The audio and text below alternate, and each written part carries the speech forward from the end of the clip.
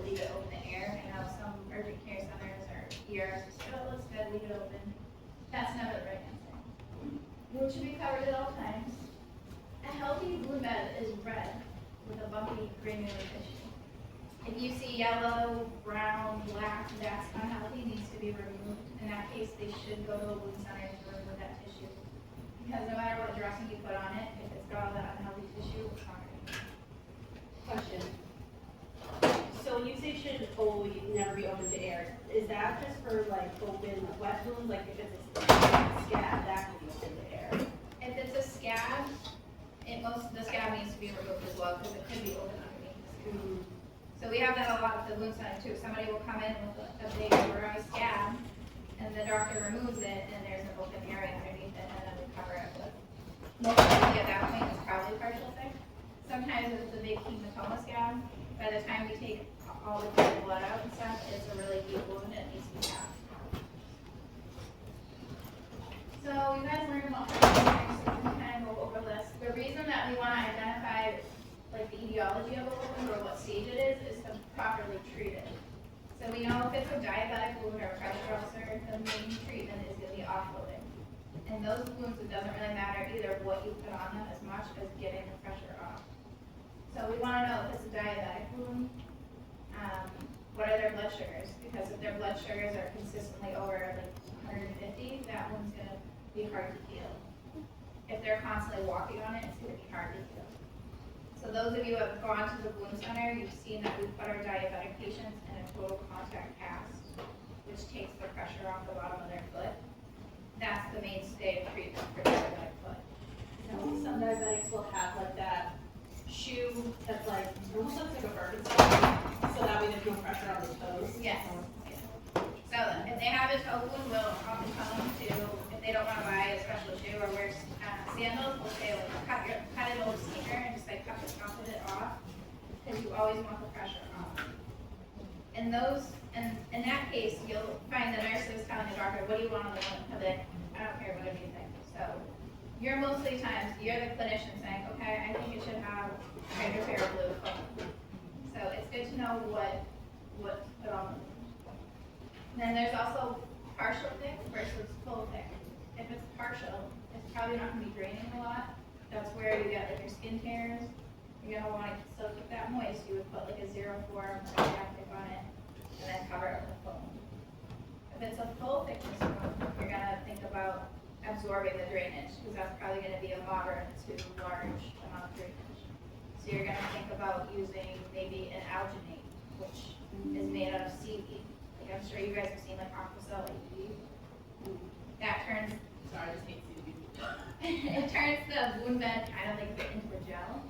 Because like again, you want to keep that wound bed moist because the new epithelial cells will cross the wound bed if it's moist. If you have a dry wound, those new cells are going to want to go deeper and it will take longer to heal.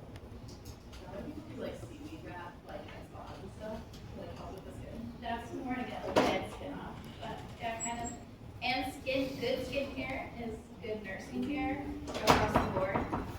So that's just when I see a person with these dry, flaky legs, feet, and it takes not that much time to just clean their legs, moisturize, and that will help them as well. You want to just get all the pressure? Yeah.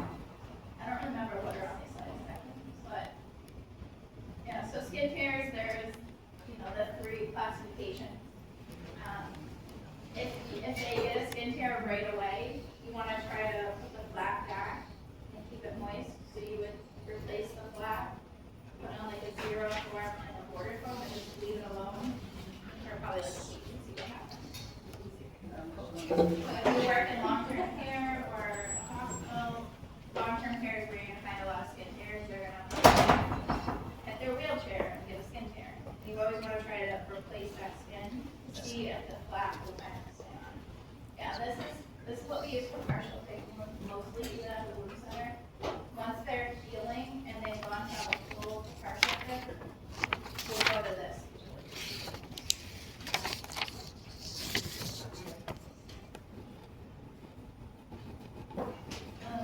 The other thing I want to talk about is venous wounds as well.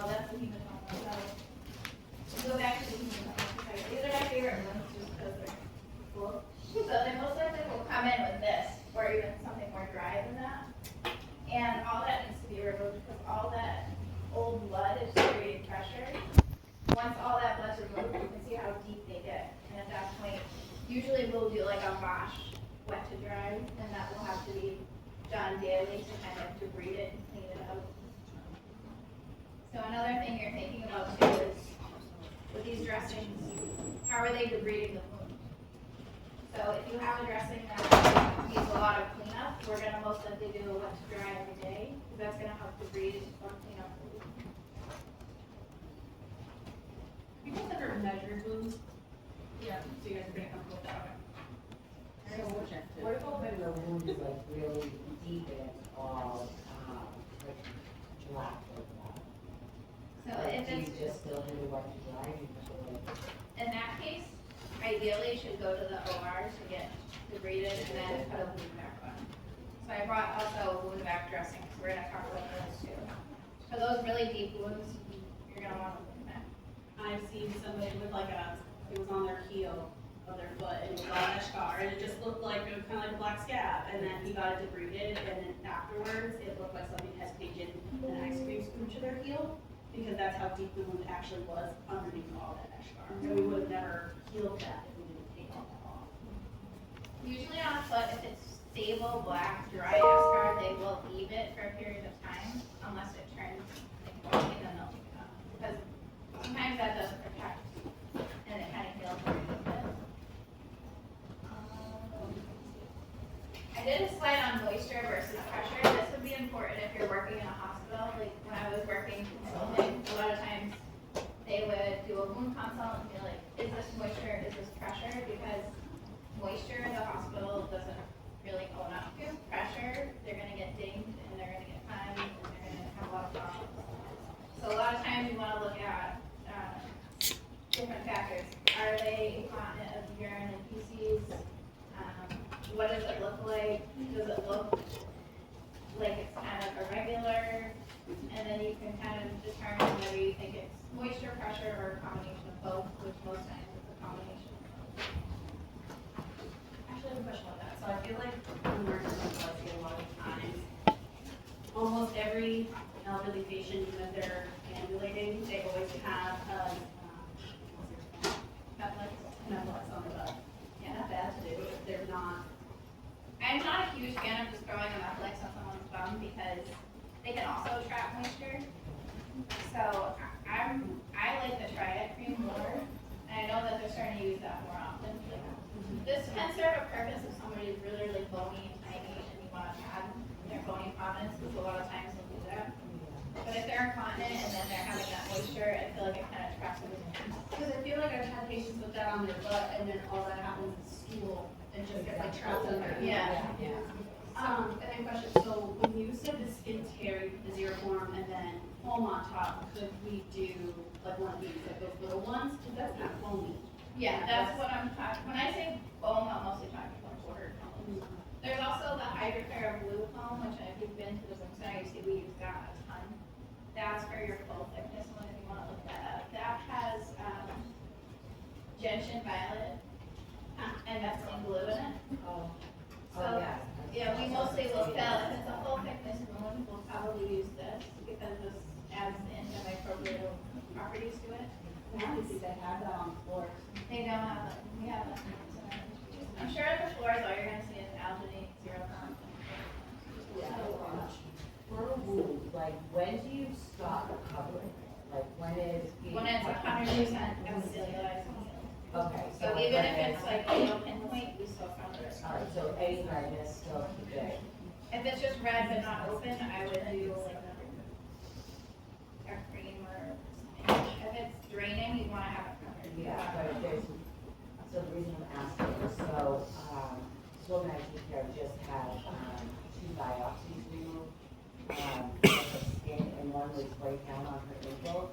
So it's really nice, and it's all red, like there's no, no drainage, no nothing.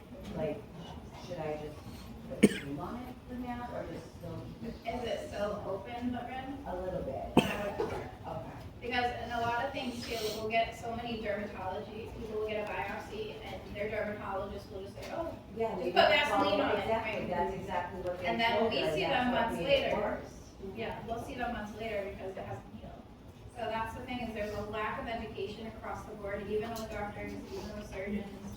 That's why when you're a wound care nurse, you are the specialty, you are the specialist, you're the expert, you have doctors consulting you.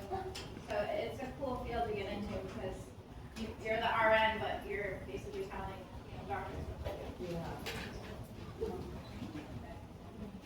Another part of my job is doing home care consulting, so I'll go in home care, I'll look at the wound, I'll decide what I think is appropriate, I'll write my recommendation, and I'll write the orders, and then the doctor will usually just sign them. And for that, like, so come into the, do they just call you here and they'll send you out? Yeah, they'll send me a consult, and I'll look at the wound and determine if I can do it virtually or go into the house and I'll look at the wounds. And that's what I was also doing in the hospital. Yeah, so this is the alginate we were talking about. This is pretty popular. We don't use it a ton in the wound center, but I think this is more of a hospital that uses this. I feel like I've seen this a lot when I've had to tackle wound. Yeah, and then they usually use this skating one pack. I don't think it's really preferred to us anymore, but it's still appropriate. And then when I'm talking about foams, I'm usually talking about a bordered foam. And then there's also the other foams that we were talking about. And these are for the moderate to heavy exudating wounds. You don't want to put really a foam on a dry wound. That's why, if they have a partial thick wound, you really don't need it for foam. Yeah, and also insurance won't cover it because these are expensive and they shouldn't be changed every day. They're only supposed to be changed like 2 or 3 times a week. I was gonna say, I feel like when I've had patients with skincare, we've done the zero form with that, and then we don't change it like every 2 to 3 days. Yeah, and if they have a skin tear, I prefer to just leave it on for like a week because you want to see if that skin will like reattach. Because the more you take it off, the more Then it's when you're peeling it off, you should have an arrow to know which way like the glass going, so you don't go off the glass. Oh, that's a good tip. I never thought of that. And then if the wound's dry, we use like a hydrogel or a silver gel. I think it's collagenase. No, that is more for the breathing. That's more like the wound that needs a blow. And we don't use it. That way you guys know what it looks like when you're out in the world. Yeah, hydrogel, it's literally, we use this one, and it like comes out, it looks just like a clear gel. And you can add this to the wound bed if it's too dry. A lot of times you'll find your arterial wounds are dry. I did that at like 2 in the morning. I have a lot of stuff to my cart, and I have a rule that I'm not allowed to buy anything past 6 p.m. that I can add to my cart. And then I look at it in the morning, and that's it. What do I do? So a lot of wounds that are dry will be like your arterial wounds. And that brings me back to the etiologies, because I want to stress that the dressings are probably one of the least important things. You really want to look at the patient as a whole. If they have arterial wounds, that means they have a blood flow issue. That needs to be addressed with a vascular surgeon. At that point, they might need a procedure to get more blood flow, so like an angiogram or a stent.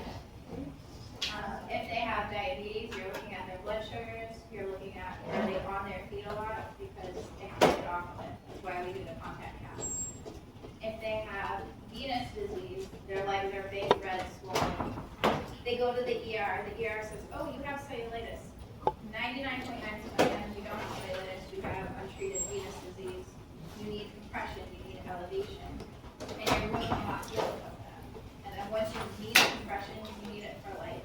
So they need a long-term plan. And you have to figure out what kind of stockings they'll be able to get on every day. There's actually a patient on the ward agreed that he had a right foot wound, and I don't think he was going to the wound center or anything. I think he was seeing his regular doctor, and he's like, "Well, it's not healing. We're gonna have to amputate it." He lost his right foot.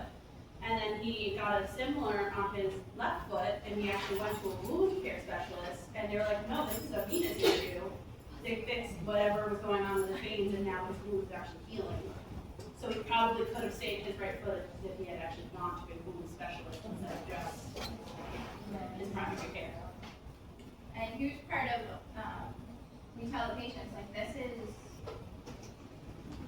on you as much as it's on us to heal. You need to be part of it. You need to, get your feet offloaded. You need to elevate your legs if you have venous disease. If you smoke, you need to quit because every cigarette you smoke chokes your wound of oxygen for 90 minutes.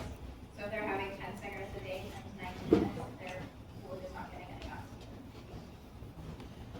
So there's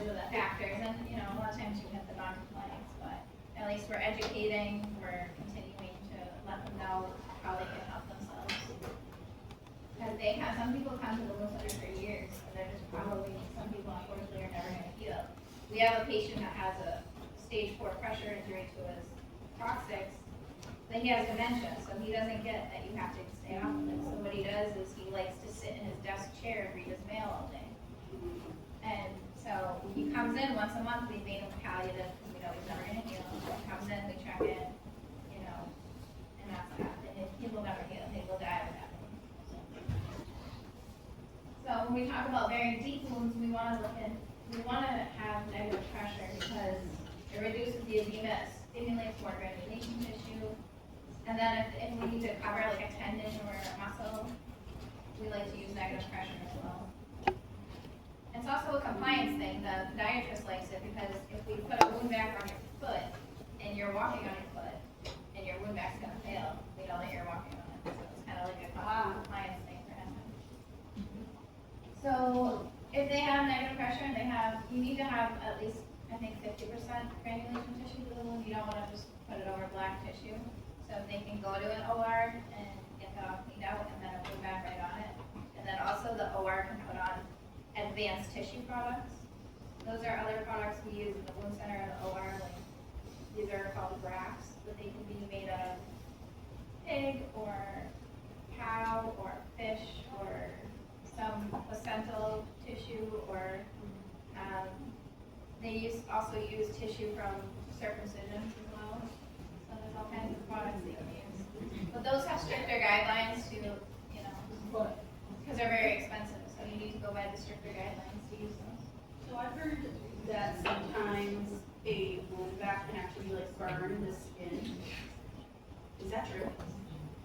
If you don't put the drape on the healthy skin, and you're putting so a lot of times in like home care, not to like bash home care nurses, because I am one as well, but if you don't put your drape down around the skin, and then you forget and you're bridging it, so you're bridging from here to here and you forget, and that sponge is just sitting on good skin, that's when it can creep that. So if the sponge is on good skin, naturally can probably burn. Okay. So when I do a bridge, I think some people have seen me do wound vacs at the wound center. I'll put my drape on first, that way I know it's already protecting, and then I'll cut a hole, and then I'll put the sponge in. And then so like I already remember to myself, okay, that's already done, I don't have to worry about it. Almost kind of like what you would do with an ostomy, where you kind of measure it first and then you cut it out. Yeah. Okay.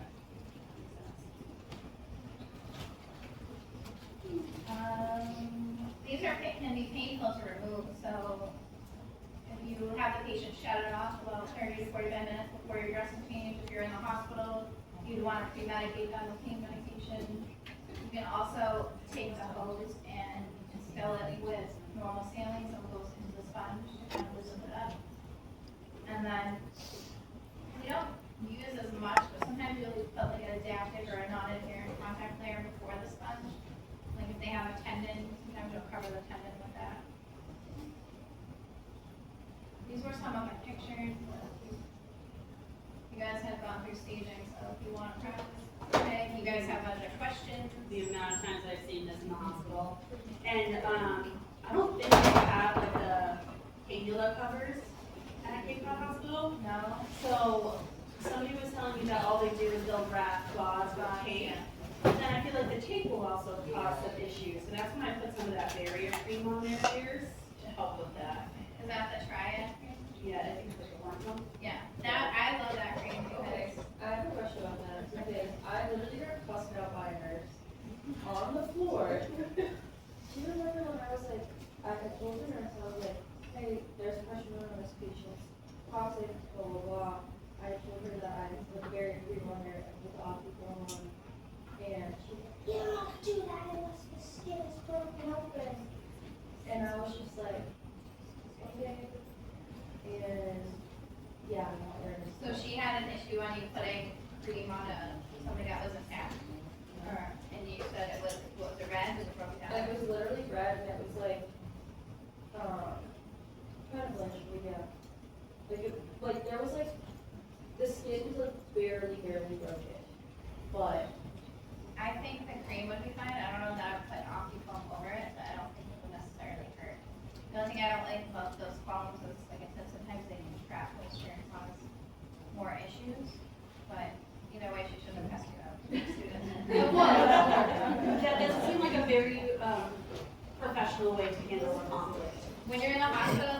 most of the pressure injuries are gonna be on the heels, coccyx, sometimes if they're really bony, like their spine, their head. You definitely want to look at the ears. We were talking earlier, Cape Cod Hospital or Falmouth does not have a wound nurse. I think that's absolutely horrible. They should have protocols in place. I've told my boss, like, please send me, that if for whatever reason they haven't. They had a wound nurse and then she switched positions and they never like replaced her. Cause I think that also happened during COVID too, right? So like, because of COVID, they're like, no, we're not gonna have somebody going in and out of people's rooms or something like that. I mean, I was doing it at PID, so I don't know. You BID should always have a wound nurse and an ostomy nurse because that's the other thing too, is ostomy is my other specialist, people that have stomas. They can get red broken down and then nobody knows what to do, they send in the ER. There's nobody at the ER that knows what to do, so that patient kind of is out of luck. There's like a patient who got a new ostomy, so she should have known that, she should have sent me one of the. So we do that, with all of that kids who. Oh, I did on Didn't DVD. know how to take the dad and so it was just a mess. And they had no idea. Yeah, so like that's what I do for home care too, like if they have a new ostomy, I'll go out and teach them how to change bag, how to measure it, skincare, all that. And then if they have an issue, I'll try that. I mean, it's very simple, you have to cut the hole to the size of the stoma, make sure you're protecting the skin, but there is a good amount of teaching as well. So there should be an ostomy nurse at your hospital. You guys have other questions? I'm kind of doing this kind of informal. We got about 10 minutes left or so. Or you can come look at the bud, we can look at open this up. I feel like my biggest thing is even, I mean, I've been a nurse for 7 years, and like I know they have that cream, but sometimes I still struggle with like when to put which cream on, and at least Cape Cod Hospital, they have like those like little handouts. But usually like the orange one is pretty much, No, that was the right language. I think so, yeah, it has the zinc off, the zinc is really good for skin. Yeah, so that's like your diaper cream. And you gotta think of it like you're protecting their skin. A lot of them are incontinent or they're just kind of trapped in moisture in their bed. I'm a fan of just putting them on, cleaning them up, putting some on if they have any kind of redness or open. If it's a little bit more full thickness, I would use the triad cream. That's made to go into a full thickness wound. So you can literally put that into like a pressure injury and you can leave it, you don't need to even cover it, you can leave that. And that has a hydro, it has a kind of like a hydrocolloid, if you ever feel it, it feels kind of like gritty. So it has like a dressing inside of it. So I like to use that on people that are incontinent and like their Metholex keeps getting wet and gross. I would just get rid of the Metholex and put that on. If they have like a really redness and you think it could be fungal, you could do that mixed with some like nice niacin powder. I do love doing that. Even like, 'cause my niece used to get like diaper rashes all the time, and that's something we would do if you would mix niacin powder with her diaper cream, and then it would like take away all her diaper rashes. Yeah, so that's and then same with the stomas. We call it like the crusting technique. They have a stoma powder, so you'll put that on the cherry skin, and then you'll take a skin prep and you'll kind of pat it over, and that creates like kind of a crust to protect the skin. So that's something I teach my stoma patients. And then also looking at their creases, like when they're sitting, are they having a crease? Can you fill that in with some kind of putty? They have the stoma paste, they have the rings, they have those strips. So those are things you're thinking about with the stoma care. And then I have a random question, because I've heard multiple times that never use Neosporin, use bacitracin. Use neither. Never, never, never, that's a good point, that's a good thing I'm glad you brought up. We I go straight for bacitracin every time. We never use either one of those because if you think about it, you're putting an antibiotic basically on your skin. You really need it, maybe not. That can cause actually delayed wound healing. It can cause rashes. So you'll never, we don't even see it at the wound center, but tell people never to use it. So I think it's just, if you want to add moisture, you could use like a Vaseline or like an Aquaphor or a gel, but we never use either one of those. And I know a lot of times they'll go to the wound, they'll go to urgent care, they'll go to the ER, and they'll say, okay, just put bacitracin and Tefla, which is the non-stick gauze. We hate that too because that holds in moisture as well. So when they come to us, we always say, get rid of the Tefla, vasectories. The other thing is if they go to the doctor, they're always giving them UPRs for like everything. And they're always giving them antibiotics. And half the time they come to us and they're like, oh, you're on all these antibiotics. Well, one, they didn't culture them, so you don't even know what they're growing and you're giving them antibiotics. And two, half the time they're not even infected. They're just red because they have swollen legs and they have untreated disease. So we will culture a wound, but like the doctor says, even the culture, and the way he does it is he'll remove dead tissue, then he'll take another curette and he'll take a piece of the skin and put it in. Even that, as best as he does, is only about 16 or 17%, accurate. So we actually have a new camera, we have a new toy, it's like a $20,000 camera, and it takes a picture of the wound. Some of you students have seen it. Takes a picture of the wound in like a violet light, like a fluorescent light, and it will light up red where the bacteria is, and it will light up green and white if it's pseudomonas, and that's way more accurate. So what we'll do is we'll take a picture of the wound, then he'll debride, then he'll take another picture, and you can see that the bacteria is gone. So a lot of times the sharp debridement will remove that bacteria. And that's just a normal bacteria that probably is on the skin. Yeah, like every wound is gonna have bacteria, but we don't wanna keep treating something with antibiotics and then make them resistant, so. Because I wonder if that's why MRSA is so bad, especially for like skin MRSA, because we're constantly putting vasectories in these and stuff on our. So there's just a huge lack of education. I'm like, will somebody pay me to go to all like the ERs and the urgent cares and tell them what to do so that one, when they come to us, they're moving bad, or they might not even have to come to us if they did it properly in the first place. So if I get a paper cut, you covered, got it.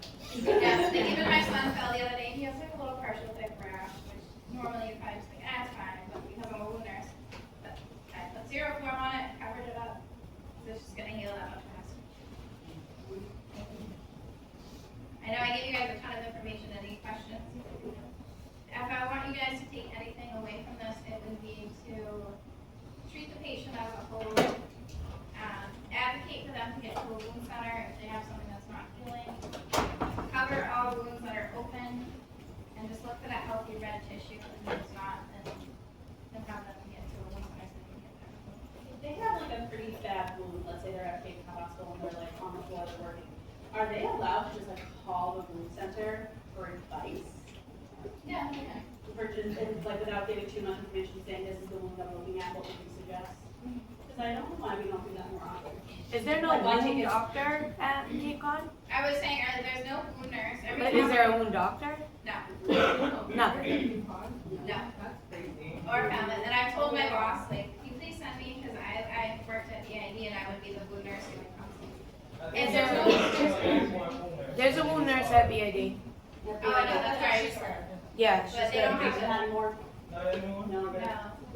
She moved positions and they never replaced her. So what happens now is this surgery, I guess the surgical team, the surgery PAs, but they honestly, they're not wound specialty. So all they'll say is probably, oh, do a little wet to dry with saline. We don't even use saline anymore, we use Bosch. So, Bosh, yeah. yeah, that's not even appropriate anymore. And I was saying to Lauren when she first got here that it's crazy to me that Cape Cod Hospital doesn't have a wound care nurse, but also to my knowledge, there's really no clear protocols of what to do if a patient comes in with a wound. My very first hospital job, if somebody came in with a wound, there was a whole protocol of, okay, it's a skin tear, put this on, put that on, change it here. If it's a stage 2 and you see this, this, and this, put this on, but if you don't see this, then you put that on. So it was very clear cut, and then you could consult the wound nurse. And it would even tell you, like, it's a skin tear, put this on, you don't have to consult the wound, or, yeah, put it in and put it in a stat or whatever. So it's crazy to me that Cape Cod Hospital doesn't even have like a protocol for nurses, or if somebody comes in with a stage 4 tunneling wound, what to even do in there. And that's when you see people just going Mepilex is on there and it's not doing its job. Do you know? Am I wrong? No, No. I have a question. Yes. What about animal bites? Animal lights? Are you supposed to keep them open? Nothing should be open. Nothing. Are If you it's a- trapping the bacteria from the Yeah. animal and recovering it? You are. Well, if you have an animal bite, that might need antibiotics because animals will have different bacteria, so that should be probably debrided, cultured, antibiotic, but it still needs to be covered because And then in that case, you would wanna use like the antimicrobial dressing, clean it with Bosch, use hydropheric glue, probably. And then maybe, and then we do have topical antibiotics that we will prescribe, like gentamicin cream. We rarely ever use Bosch. Because I feel like I think about it this way, like, what's worse, keeping it open and potentially getting the bacteria on further areas of the skin, or further, like, because I think about, like, when you have a patient with, like, MRSA, you want that covered so it's not getting all over the place. So I'd rather keep it covered with oral antibiotics and cleaning it every day, every other day, than just kind of having that open and potentially spreading worse. Covered but not sutured. Not sutured. So it's Sometimes they'll suture a wound and then it, dog bites Yeah. should never be sutured. no, I mean, they can be sutured if it's appropriate, but a lot of times the sutures don't work last. What are, like, the top 3 mistakes you see made by floor nurses I treating? love that question. Top 3 mistakes by Yeah. floor nurses. Because I bet you I've probably done one of them. I would say that my top number 1, and this is like one of my pet peeves, is cleaning the skin and moisturizing, because I've been consulted to the ICU where they said, this patient has multiple necrotic wounds on their toes. And I said, oh my gosh, I gotta go run down there and see. I go down there, I pick off the dead skin, I clean the feet, and there was 0 wounds. So, that's a big mistake, it's just not taking care of the skin. That's a basic thing you learn when you're a CNA. The other thing is just not offloading properly. Like I said earlier, no matter what you put on, pressure wound or a diabetic wound, if you're not offloading, then it really doesn't matter what you put on it. My biggest pet peeve is when nurses say, yeah, I'm offloading their heels, but then when you walk in, the pillow is so far up on their legs that the heel is just still sitting on the bed, or it's so low that it's just sitting on the pillow, so it's not actually offloaded. Yes, offloading means it's floating, there's nothing under it. Another huge thing, nurses love to put the head of the bed straight up for breathing purposes, but that is terrible for a toxic wound. So if they don't need to be straight up for whatever reason, you know, kind of back. Or put a pillow under their butt if you have to sit them straight up, and then you can still offload when they're sitting straight up. I remember when I went to Scotland, it was like 14-hour flight, I was offloading myself, and after a while, I started to feel it. Yeah, and you wanna, but like, I think we have to want to put their head straight up because we want them to breathe well. But if they don't have a breathing issue, we're just creating more pressure. That's what we're gonna get today, like the best position for patients in a pressure holster, is to have the head down as long as the patient can cover their face and get it to a point of the bottom. Yeah. So I just have a question about that, like take care of. So he has big self-harming on there, and it is like open, super wet, he doesn't get it removed till the end of the month, but he's had it for months. Okay, so that's the one, I've only known it for a month.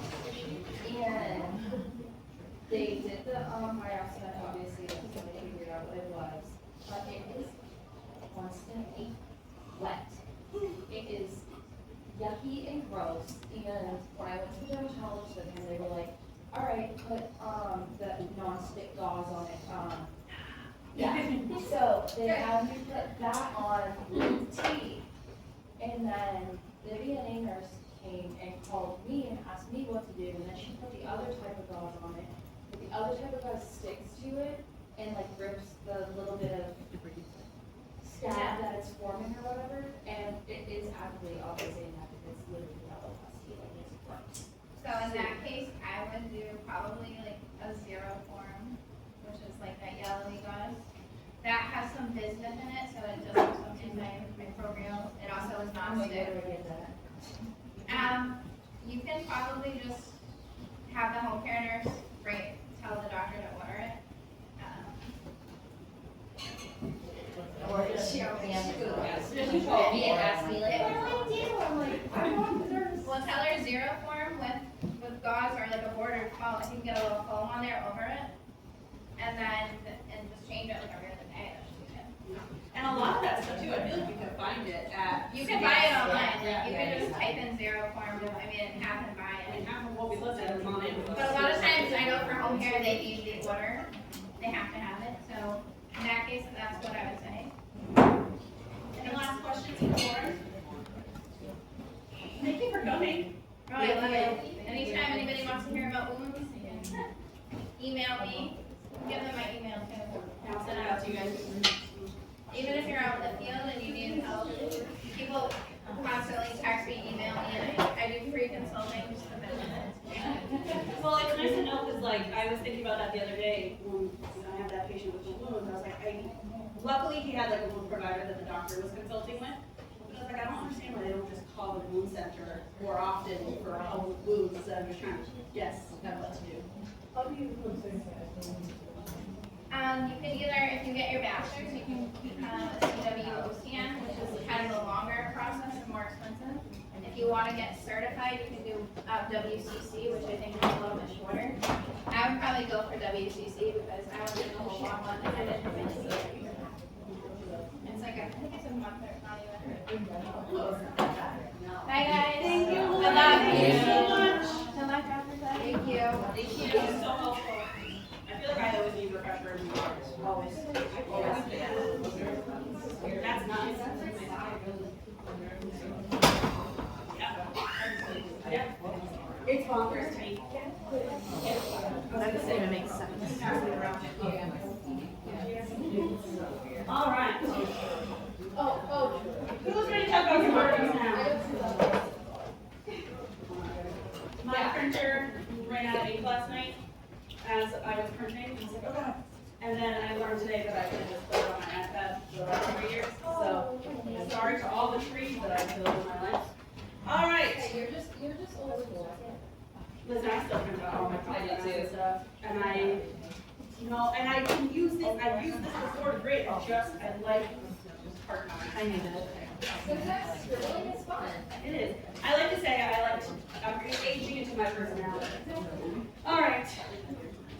Anybody like read the chapter or do any reading? No, that's what I did. I'm just curious. You're like, I read the title. I typed out the notes. They're so good that we don't have to short thing. No, that's actually like a really statement. So, what is a burn? Traumatic injury gets worse over time. Think about all the times that you get a sunburn, right? You come in from the beach and you're like, yeah, I'm a little burned. All right, not too bad. And then a few hours go by, you're like, oh, it's starting to hurt. Oh, no big deal, whatever. And then you go to bed, you wake up, and next thing you know, you're shared pain. Burns get worse over time. They cause tissue destruction through coagulation, protein breakdown. Protein is huge with burns. Protein loss, protein breakdown. Disrupting the assembly of our normal cells. We lose our ability to regulate our temperature. We no longer have sweat and sebation glands. And remember, we need the sweat glands to help release the heat. And we need our sweat glands to lubricate our skin and nails and hair. And we lose our sensory functions. Most burned adults happen, let's say you're taking a bath and the water is 130 degrees for 30 seconds, you've got a burn. If it's 140 degrees, Fahrenheit we talk about, it takes 5 seconds to cause tissue destruction. Do you need these numbers? No, these are fun facts. If it's 160 degrees, instantaneously you can have a full thickness burn. There's 3 zones. The center of the wound is your zone of coagulation. This is where the injury occurred. This is tissue necrosis at the center. Cell death, most damage, right in the center. Irreversible damage. Then you have zone of stasis, kind of like that outer area. Yep. So if I was struck by lightning, that's where it hit. If I was splashed with hot oil, that's where it landed on my skin. Now my zone of stasis is reduced blood flow, but my injured cells may remain viable. This is kind of that gray zone. It's not immediately necrotic, but it can become necrotic within 24 to 48 hours, right? It can get worse over time. this area is inflamed. Now, your zone of hyperemia is just the zone where my blood vessels are open to try and increase blood flow to the area, because my body is trying to now protect that skin. Minimal injury, high inflammation, swell. Make sense? Just some fun statistics, no, you don't need to know these numbers. 265,000 deaths worldwide are caused by burns with an overall mortality of 3%. Estimated cost of treatment in the United States is $1 billion, not including any disability or rehabilitation after the burn. That's just in the hospital. That's a per patient. Per patient. Not per patient, just overall. Okay. Higher risk in middle to low income populations. Now, there is a bunch of different types of burns, right? Dry heat. That's your open flames, explosions. Moist heat, contact with hot liquids or steam, scalding. Contact burns, when you touch a stove. Chemical burns like hot metal, tar, or grease. I'm sorry, that was contact. Chemical burns like cleaning agents. When you Can you burn repeat yourself with contact? grease. Huh? Can you repeat contact? Hot metals, tar, or grease. Chemical burns is chemicals. Electrical burns could be touching a electrical socket. I don't know. To each their own. Usually, with electrical burns, it's going to cause more internal damage than external. Thermal burns, that's when you're, so dry heat and thermal kind of go hand in hand, because the definition of thermal burns is when clothes ignite from heat or flames, but that electric sparks. So the electric sparks causes a flame that causes the burn. So really those three kind of go hand in hand. Which is why I'm not asking you about specific burns. Because at the end of the day, it doesn't matter really. I mean, the type of burn does matter in treatment, but it doesn't affect your treatment too much. Thermal burn would be like a heated blanket? Yes, a heated blanket that caught on fire. And then the fire caused the burn to you. But the flame wasn't directly on you, it was just so close that it caused the burn. Confusing, right? Yeah. So those three go hand in hand a lot. And then radiation burn, like if you get radiation therapy, you can get those radiation burns. Which one is getting struck by lightning? Flash or here? Funny you asked that. What a great transition, I love that for me. So, it's three different types. It's a flash burn, a conductive burn, lightning burn. You might not even see it, like that external, right, that pattern, you might not even see it right away, but it'll show up over time. You'll see superficial contact points, but with deep tissue injuries. If it's from lightning, it's probably fatal, because it usually sends you into immediate cardiac arrest. It kind of depends.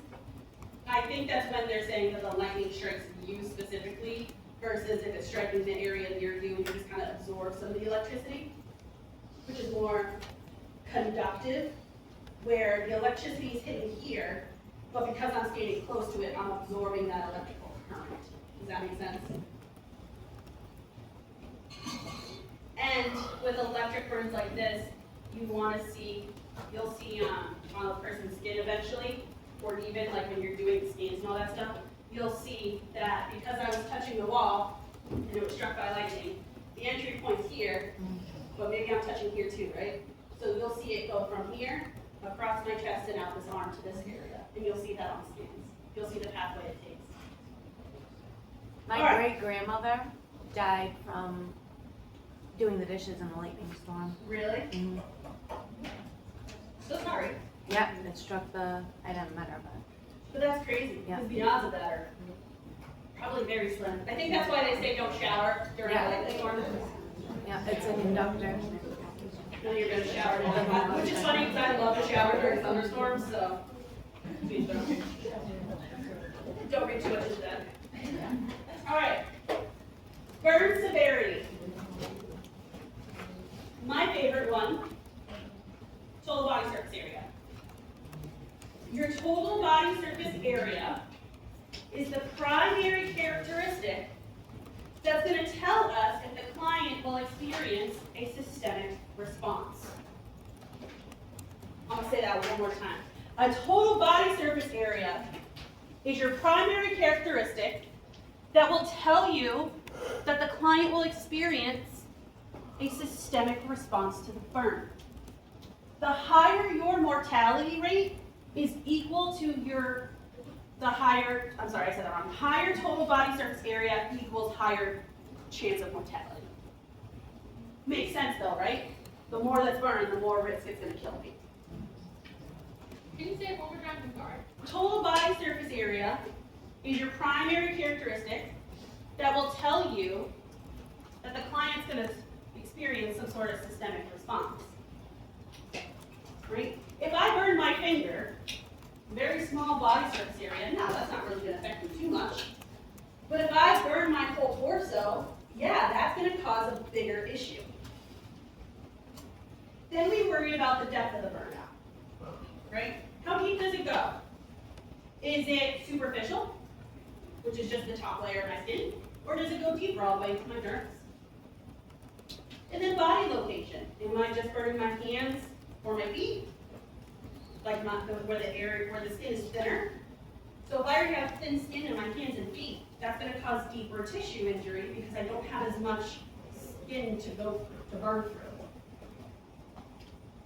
If I burn my face, what are you worried about? My airway. Age. The younger we are and the older we are, put us at higher risk for mortality. So little kids, older adults. So the young kids, older adults with burns are at higher risk to die. And it really has to do with fluid status, which we're going to talk about. And then the causative agent, again, it's important to know for the severity, but treatment-wise, it's really not going to change us too much. Presence of other injuries.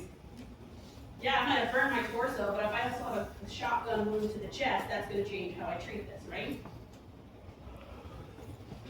Involvement of the respiratory system is huge. We're going to talk about carbon monoxide and all that stuff. And if I have an inhalation injury, which we'll talk about, my chance of dying skyrockets. And then overall health of the client. If I'm a healthy 20-year-old that burned my torso, okay, yeah, I'm probably gonna get through this.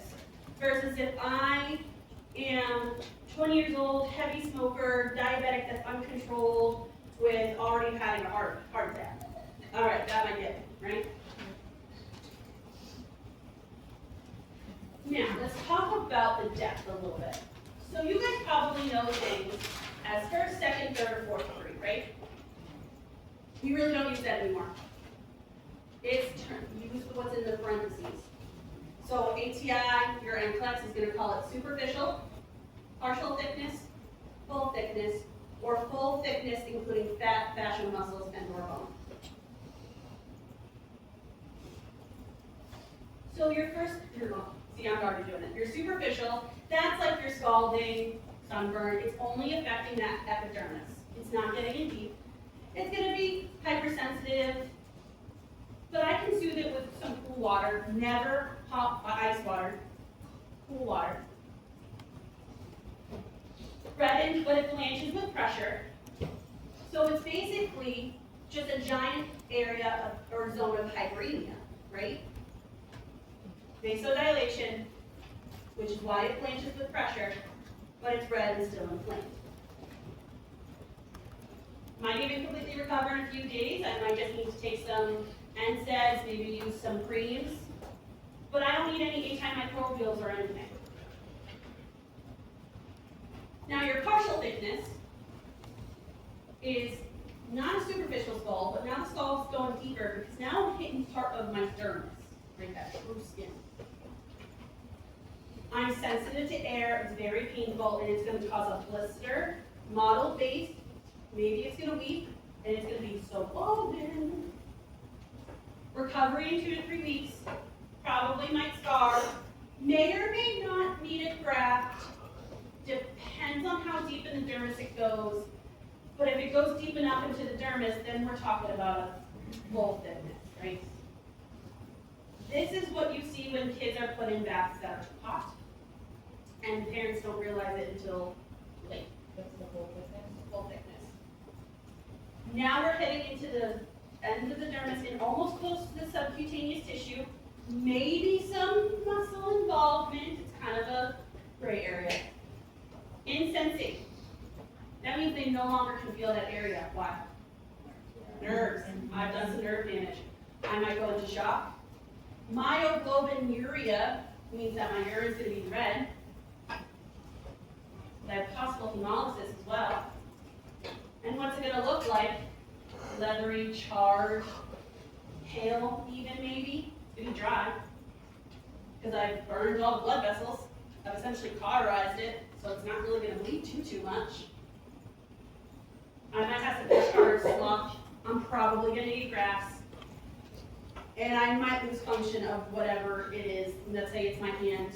Because once it scars and the graft goes, my chance of dexterity goes down. It's going to take a lot of fatigue trying to get it back.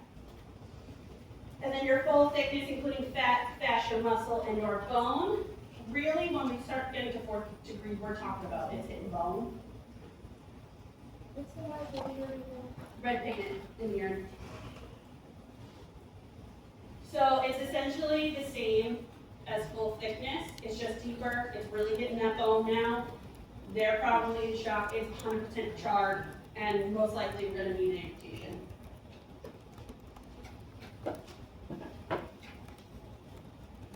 Manifestations. Important in life.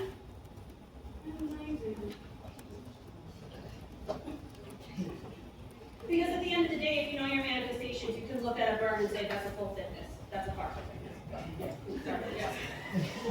So, maybe you can explain about for the full thickness, like between 3rd and 4th.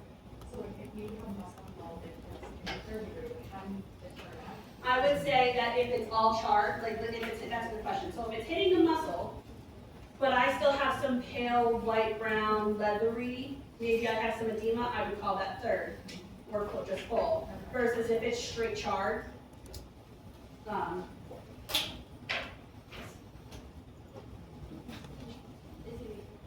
But oh God, I have a question You're related memorable. to how you were saying more of like an internal burn, how they're not necessarily going to stage it with this, correct?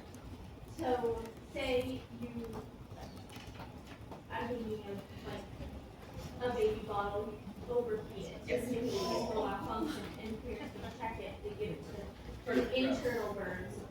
How do they go about staging treating? Do you get what I'm saying? yeah, I think at that point, because when you look at like classifying burns, It's all external. it's all, that's correct, it's all external, right? So there's a couple different ways that we measure burns, we'll talk about it. One of them is the Palmer method. So they can sit there and say, like, well, if it's just a throat that's burned, it's 1% body surface area, but I think at that point they wouldn't even really treat it as a burn, Yeah. because they're just gonna throw an airway in the kid because the throat's, and then they're gonna do other things. I think when you're talking about like internal burns like that, it's treated differently than external. I will say this, probably your NCLEX or ATI questions is gonna focus on external. External and how it affects internal versus the other way around. So, because you guys know I love pictures, well,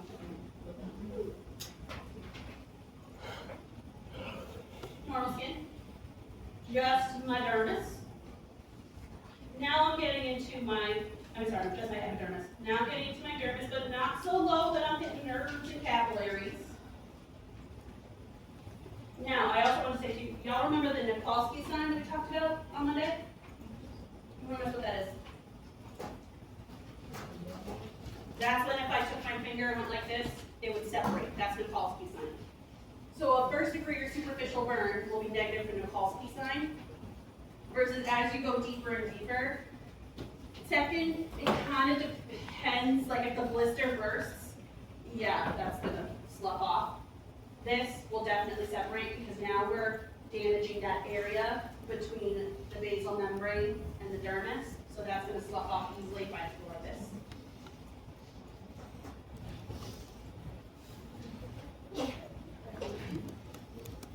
It's a little sunburn, not too bad. At first I thought this was a blister, it's not, it's just like a piece of skin. That's a sunburn on the inside. I think it's more of a scald burn. Oh, skull. Yeah. But it, like at first, when I first picked that, I was like, oh no, that's a second degree because it has a blister. It's not a blister, it's just a skin flap. Yeah, it almost kind of looks like somebody might have been like resting, like let's say they just used the stove and they put their hand on the stove or whatever. The amount of times that I accidentally, when I'm going to like take something out of the oven and I touch the top of the oven with my wrist by accident. I'm very clumsy. Oh. Should you pop this blister? No. Thank you. Now, when I was in nursing school, did I take an insulin needle to my mom's blister because I wanted to drain it? Yes. Should I have? No. Was it cool? Yes. Now, when Lauren was talking about epithelial tissue, that's what she's talking about. That nice red, healthy base with some patches of like white/yellow. That's not slough, but that's granulation. That means healing. She definitely was a little bit. So are you not supposed to pop the blisters because like that fluid supposedly is supposed to help? So what's in that fluid is protein, essentially. So if you were to pop that, you risk like that just continuously leaking out. Because essentially with the blister, what's happening is that this wound is just leaking out all your protein and fluid, but the blister is at least keeping it inside and preventing more to come out. If you pop it, it's just gonna freely ooze out, and there's nothing stopping it. Well, I was more interested in the fluid inside of what's being brought out. Mostly just protein. And that's like a rule of thumb, like protein. Yeah, and protein, some electrolytes. And also the reason why you don't want to pop it is because once you pop it and you have it open, huge risk of infection. So is it horrible if it gets popped? No. Do we want to prevent it? Yes. My brother, do you guys remember, I don't know if y'all remember the Cooks in Hyannis before it was that new burger place. So he used to work there and he was one of the cooks and when he was changing the oil in the fry later, he spilled it on his foot. And probably, I would say like half the top of his foot was a blister just like that. And because he's an idiot, he still played softball after. And he goes, yeah, my foot really hurt after, and I think I popped a blister. I was like, that's safe? You slid into home base, you think you're not gonna pop your blister. Whatever, but that's the other thing too, is that if it's on your foot, it's kind of hard to not pop it. Like, he could have also just popped it, just put it on a shoe, because he's also a plumber, so like, anything could have popped it. So sometimes it's in places where you can't help it, but once it is popped, you want to cover it to keep the bacteria out and to try and prevent any more leakage of that fluid. Yeah. So, Before you start. at the wound care center last week, we had a patient with a partial witness burn all over her fingers and hands. And one of the blisters did pop. And the physician basically explained to like me and her at the same time that if the blister pops, you have to remove all of that skin because it can just trap bacteria under it. So then once you remove the skin, then you dress it. Yeah, yeah. And sometimes too, if the blister is that big, or if it's in a spot that we can't help it, or it's bothersome, like let's say somebody burned their ass. How are you not gonna pop that, right? So then you have to pop it, take off the skin, and just treat it like normal. So that's a third degree. You can see that it's not so, here it's not so much, but that's probably hitting some muscle there. The entire epidermis is gone. We're getting in deep, right? I will say, that's slough, that's granulation. And then fourth degree. That's bone base.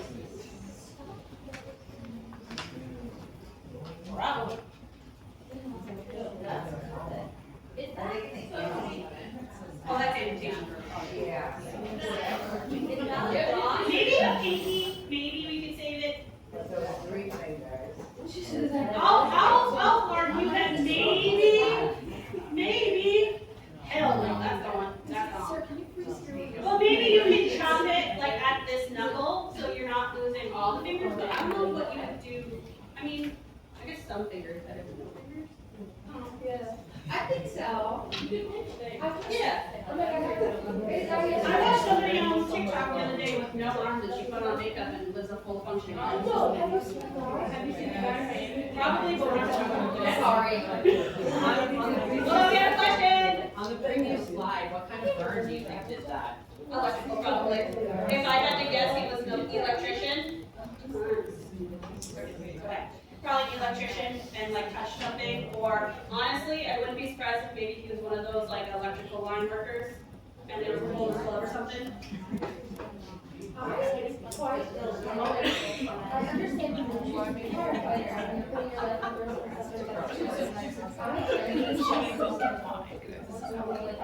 choose that profession. Then you go to work every day and they're speaking like that. Because Like, that is. Like, here, let me just fix your electricity, yeah.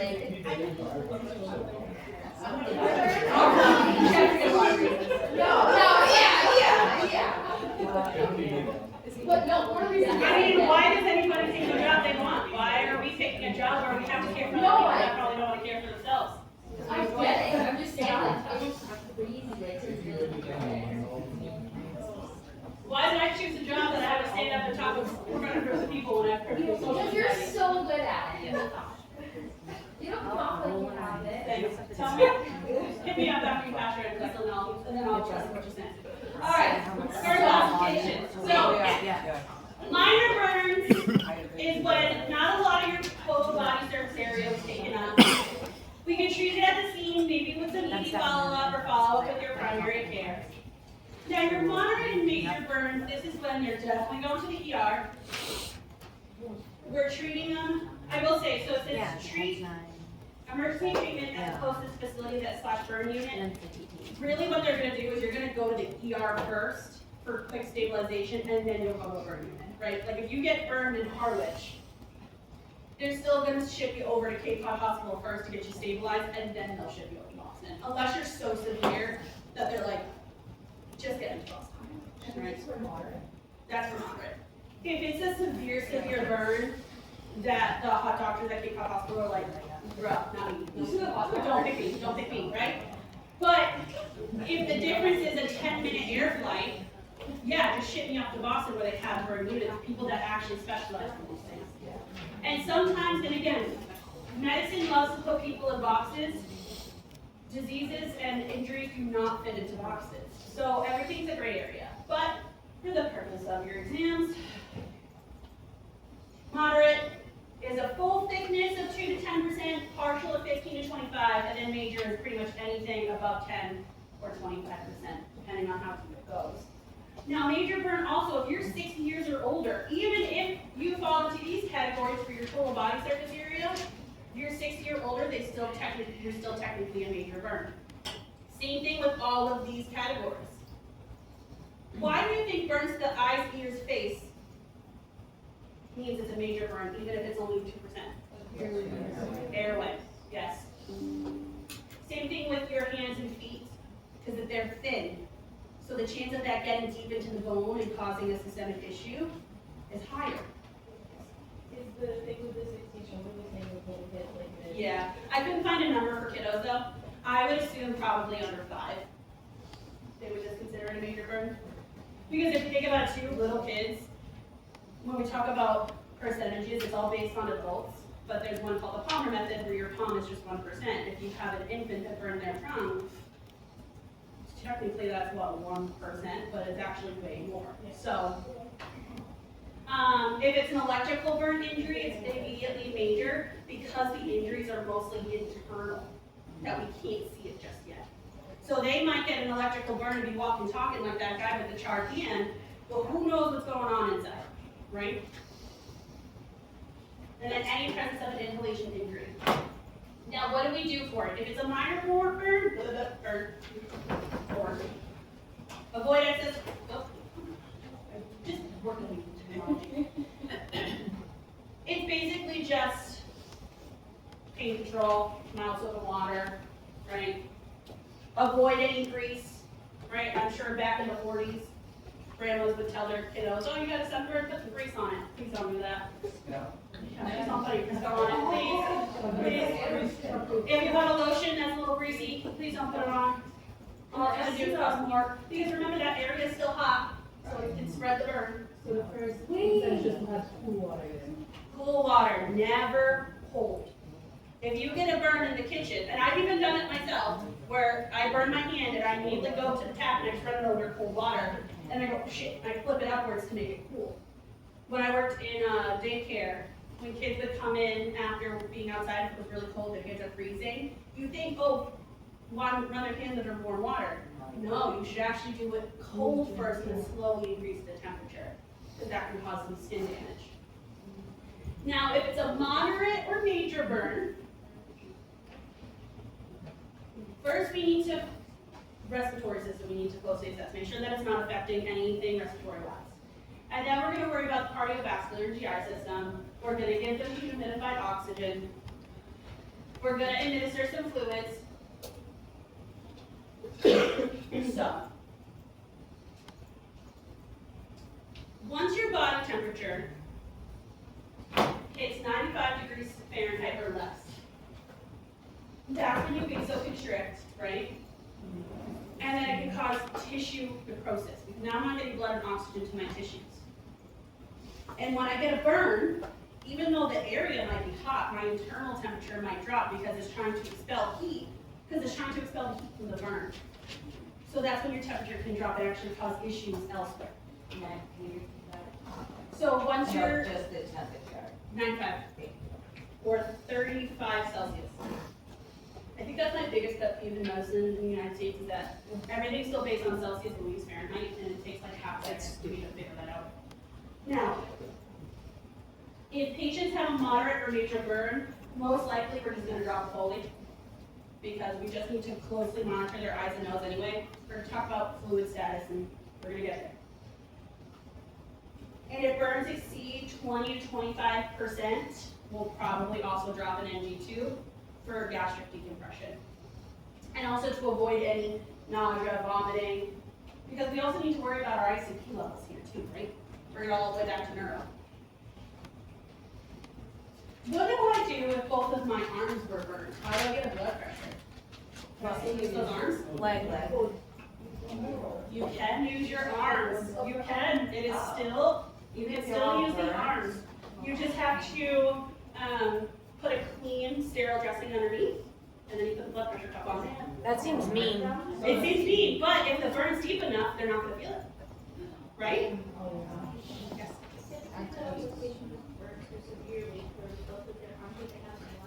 Yes. So once you, that's actually, once you hit, I thought I had a number, but once you hit a certain severity of the burn, they're just gonna drop an incline. Yeah.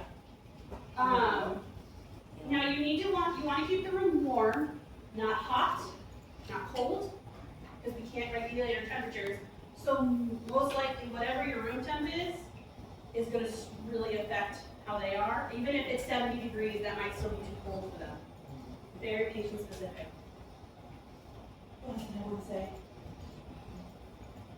And with burns, if you are using the arms and not an art line, instead of doing the listening with your stethoscope, you might have to use a Doppler to get this installed if you guys install it. Let's talk about measuring methods.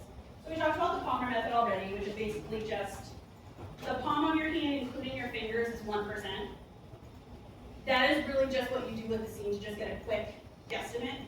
But if you think about it, your hand is probably smaller than my hand, and the rule of 9 says your entire arm is 9%. I don't think I could fit. 1, 2, 3. Yeah, I got like 6 or 7, right? So it's not the most accurate, but in an emergent situation, to just kind of guesstimate, it works. My favorite method is is rule of nines. So, All the other methods, I would say. this is also a quick method. Basically, we just separate the body into nines. The front of your trunk, though, your entire anterior is 18%. Your entire back is 18%. Each leg is 18%. Front and back. Front and back of the leg is 18%. Versus your arms, front and back, is 9%. Because your legs are thicker, have more skin to them than your arms. Your groin, 1%. Your entire head, front and back, 9%. And coochie 1%. So when little grandma shares her coochie with the McDonald's cup of coffee, 1%. And that's just front, it's not. The entire perineal area. But the butt cheeks are included in the legs. Oh. What is your, Careful. what if you have like half of your leg, your right leg burn? Like, you mean like this, just this part? Yeah, like You get 9%. Nine. So you just get yeah. The rule of nines and the Palmer method are just supposed to be quick. Your London broader is a little bit more specific. This is when you're in the hospital. This is the provider sitting there and saying, all right, left butt cheek, 2.5%. Coochie, 1%. What if you have, What? Sorry, I was working. And you can see though that now they're separating the neck from the head versus the rule of nines. Is all of it is 9%. Say that one more time. TBSA, is that what body surface area or body surface area? Total body surface area. Would you see this chart is more like in a burning? This is an burden.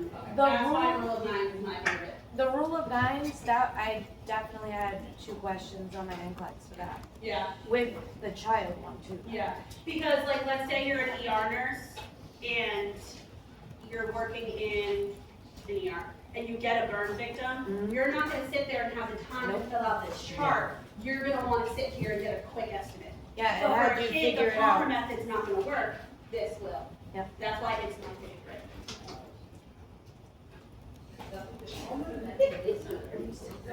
The rule of nines. I highlighted it in red. Circling. I highlighted it in red, it's fine.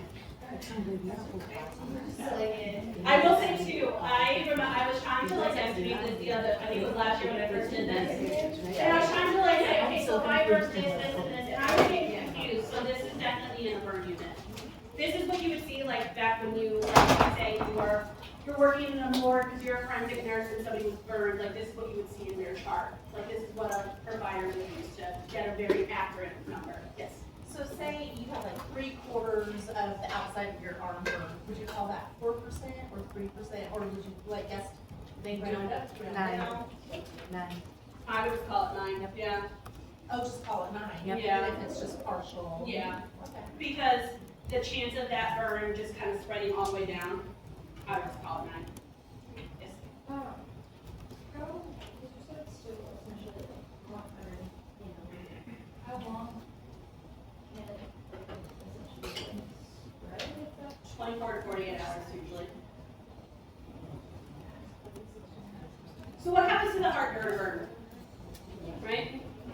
The very first thing is immediate decrease in cardiac output and immediate decrease in plasma. And if I don't have plasma, I don't have volume. And if I don't have volume, I don't have output, right? And if I don't have output, I can't get oxygen and blood to my organs, right? Now what also happens is free oxygen radicals increase my capillary permeability, which furthers my plasma loss. Who here does not know what capillary permeability means? Because I know sometimes I can like use big words and I never stop to make sure you guys understand. Very dangerous. Right, the ability of things to freely move to and from. And normally plasma with the oncotic pressure, hydrostatic pressure, plasma keeps fluid in my vasculature instead of my tissue. Once I lose my plasma, I lose my protein, now my fluid is going into my tissues.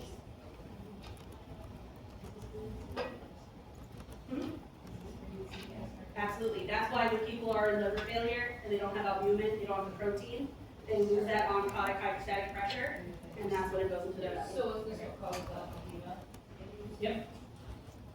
Now, oxygen radicals come from just the systemic inflammation that's going on in the liver. And oxygen-free radicals are basically just, not to get too chemistry like in here, they're just oxygen molecules with a free electron. But when that happens, it tries to bind to just anything.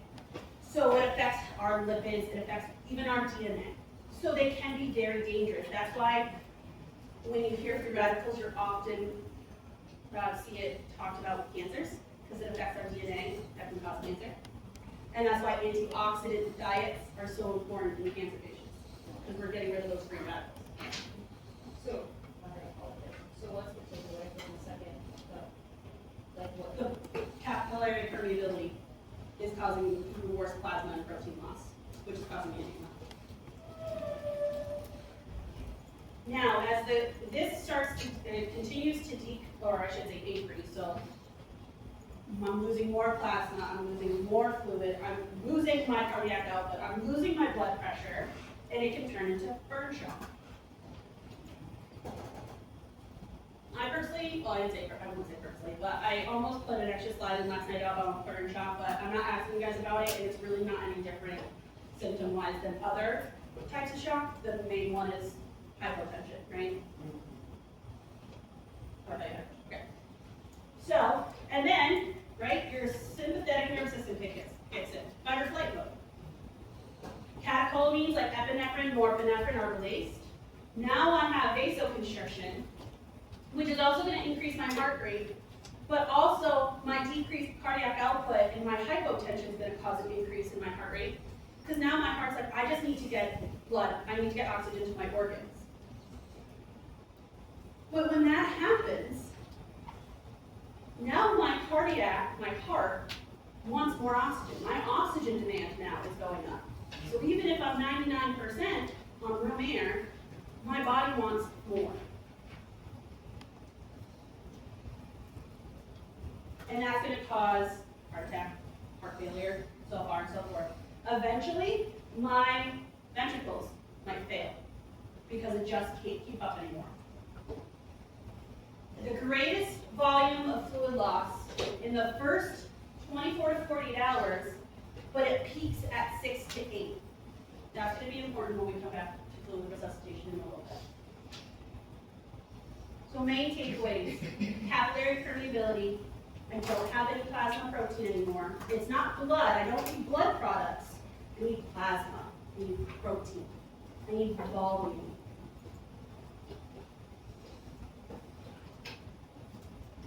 And we already talked about this, right? So why is the fluid in my tissues?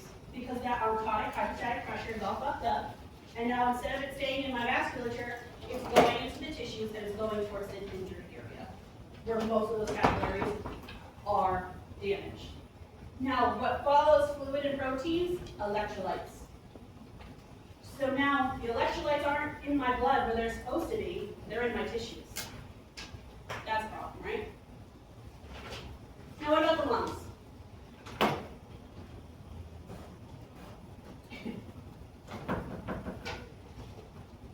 If you have an inhalation injury, you'll see maybe some obstruction because of edema. So we're going to do a protective intubation.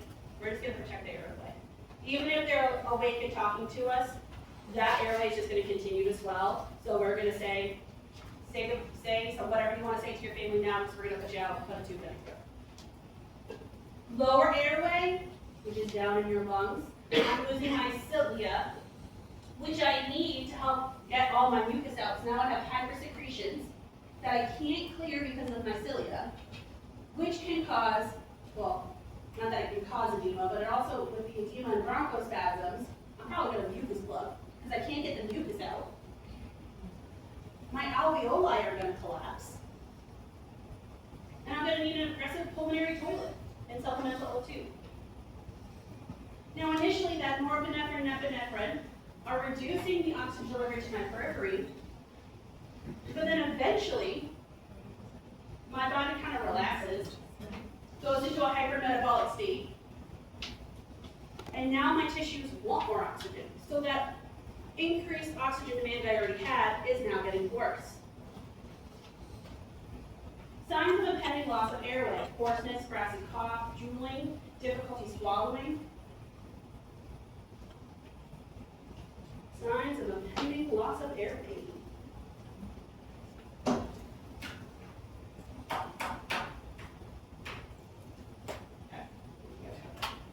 Okay, signs of inhalation damage. Maybe my nose hairs are singed off, my eyelashes, my eyebrows. Right? That kid in Harry Potter that kept blowing shit up and he had no eyebrows. You gotta worry about inhalation damage with him. Sooty sputum, hoarseness, wheezing, edema, smoky smelling breath. Right? April Kepner in Grey's Anatomy killed a lady because she didn't check her throat and didn't see the soot in her throat. Missed that inhalation damage.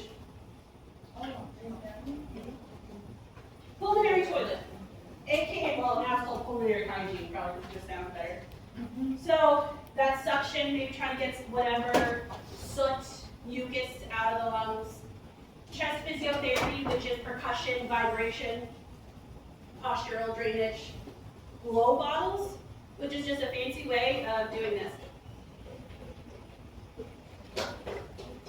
Because what that does is it increases the positive expiratory pressure in my lungs that keeps my alveoli open. It's called PEEP. And that's what we look at with vents and CPAP, because that pressure is what keeps my alveoli from collapsing, which is important because alveoli, that's where my oxygen exchange goes, right? Or just PEP, positive expiratory pressure. Or I guess it's more PEP. PEP is different. PEP. And then you can do your IS, nasotracheal suctioning, cough, deep breathe. Let's talk about some noxious gases, because these are kind of important. Not your test. Maybe right. Now, carbon monoxide. Hemoglobin is attracted to carbon monoxide 200 times more than oxygen. So that's why carbon monoxide detectors are so important. Because what it's going to do is it's actually going to displace oxygen and say, move bitch, get out of my way, I want that hemoglobin. It causes tissue hypoxia, and the only thing really to do is to give 100% oxygen to displace the carbon monoxide. And that doesn't mean just throw on a nasal cannula. Because room air, 21%, nasal cannula, maybe you get to 25, you need 100% fractionated oxygen to displace that carbon monoxide. Now, hydrogen cyanide is a rapid systemic toxin. What, sorry, back to that 100% fractionated oxygen. Is that like a bariatric chamber, or is that? No. like So, high flow, or? like, you know when you put on a non-rebreather mask? Yeah. That's 100% oxygen. Oh. Or a Venturi mask where it has like all those percentages. Right, or when you have somebody on high flow O2 and they're like, yeah, they're at 35% and 60 liters. That means their fractionated oxygen is 35%. Right now, we're breathing 21% oxygen. So somebody who has carbon monoxide poisoning needs 100% oxygen. So they need more than a nasal cannula. They need something that means that I know for a fact they're only getting 100% oxygen right now. Does that make sense? Okay. Now, hydrogen cyanide can kill you within 10 minutes. Maybe it'll take an hour. It's lighter than air, so it's up above. That's why they say get low during fire. It is found in insulations, floor coverings, furnishing, couches. Initially increases the circulation in the body, and then it rapidly leads to bradycardia, hypotension, and death. Fun fact, carbon monoxide and hydrogen cyanide are found in cigarettes. Please don't smoke a cigarette.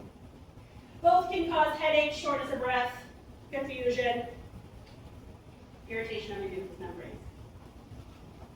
So you probably just send this up, how, and they displace that, Because it's 200, so hemoglobin loves carbon monoxide 200 times more than it loves oxygen, right?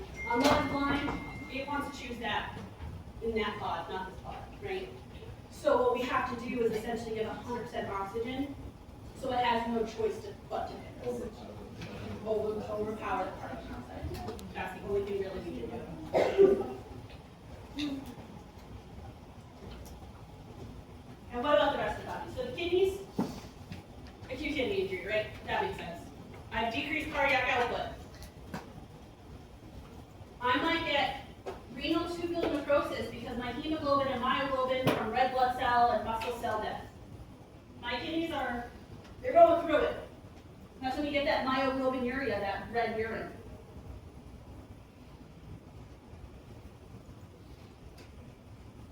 Part of this too, right? Burns are stressful. And when I'm stressed out, I release glucose because my body thinks I need more energy. Glucose is energy. You might also see some glucoseuria as well. GI-wise, I don't have good perfusion. I have a lot of gastric distension. I might get a paralytic ileus. Maybe I get some ulcers. Acute pancreatitis. And the large body surface areas are at risk for abdominal compartment syndrome. Now that is because as the fluid builds in my stomach, let's say, because I'm just leaking fluid, all of that's going to get compressed like compartment syndrome. It's just happening in my stomach. Is that as they heal and the tissue starts to go back to the During the more acute phases of the burn. Because after about 24, 48 hours, which we're going to get into it, the fluid is going to start to shift back. Liver, edema, insulin resistance, furthering the glucoseuria. Now, immunologic, my skin is supposed to be my biggest barrier to infection. Now I don't have that. And I also now have a systemic release of my cytokines, which are my immune system. Leukocyte, endothelial dysfunction, I don't have anything to help me. I want to make sure I'm not seeing anything there. Thermoregulation, I don't have the ability to regulate my temperature. I'm going to eventually enter a hypermetabolic state to try and compensate for everything that's happening. And then that means I need external heating sources. Now, gerontologic considerations, higher complications and mortality rates as we get older. Their skin is thinner. Even in areas like right now, my arms are pretty thick girly. But if I was older, it's going to be thinner. So high risk of that getting into the deeper tissues and causing a more systemic issue. I have less ability to heal. I already have impaired pulmonary function with aging, so I have a higher chance of respiratory failure. Now, you or I, if we get burned and we have decreased cardiac output and cardiovascular compensatory issues, we'll probably bounce back from that pretty quickly. Older patients, they're probably going to have a lot more complications. They have a finer line of fluid resuscitation versus fluid overload. And they're already at a medication clearance gray area, and now adding any kidney or hepatic functions, we're worsening their medication clearance. Now, what do we do with the seed?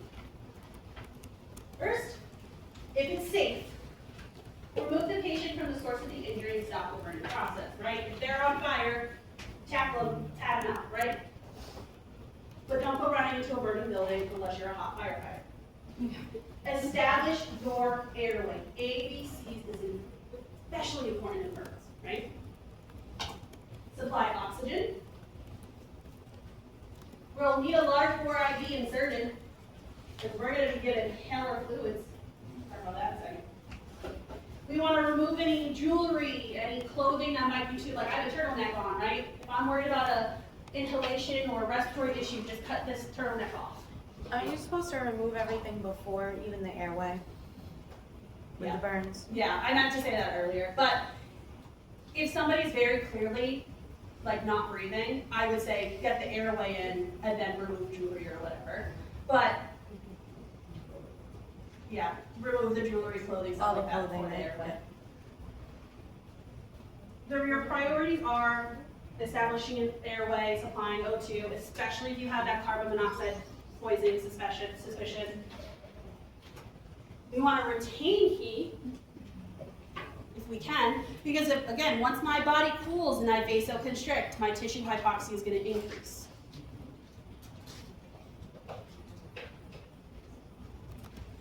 Then, after we get our IV, that's when we can cover the wound with clean, dry cloth or gauze. And then continuous fluid irrigation if it's a chemical injury. There's something in your book that, quality and safety nursing, this is what your book specified. Airway patency and breathing must be assessed during the initial minutes of emergency care. And this is the part about like nursing exams that I freaking hate, is that they assume that you're by yourself. Because there might be a time that you are. But in reality, while one person's removing them and taking all their stuff off, somebody else is getting the airway stuff together. Now there's 3 phases of burn care: emergent resuscitative, acute/intermediate, and then rehabilitation. So, going back to the episode, is there the cool water, do you use it for all stages? Yeah, never cold, never hot, So you can like, Yep. Also, once the body cools and vasoconstricts, and what was the other part of that? Vasoconstriction, tissue hypoxia. Okay. Thank you. Long-term outcomes are impacted by the quality of care that they receive within the first few hours. Primary, right? A, B, C, D, E. Airway, breathing, circulation. Circulation, we're talking about fluid status and fluid resuscitation. Now, as much as I'm going to stress fluid status and resuscitation, because that is part of the majority of the space, you still need your airway breathing first. Disability, including any type of neurological defect, and then expose and examine, right? Because I might be sitting here with burns on my arm, but then once you cut my shirt off, you realize it's more extensive than you first thought. Which hopefully somebody would have taken my clothes off if I was on fire, but maybe they didn't like me. Now, after that, after the primary assessment, all that emergency shit's done, what's the secondary assessment? Now I care about how the burn occurred, when it occurred, was it in an open space or an enclosed space? How long was I exposed to it? Did I try anything beforehand? Let's say I walk in with a 2nd-degree blister. How long ago did it happen? And then any co-occurring traumatic injury. This is when you do your past medical history, allergies, meds, any use of alcohol, substance, or tobacco that might worsen your recovery. So your emergent resuscitative phase. This begins at the moment of injury. It continues for the first 24 to 48 hours.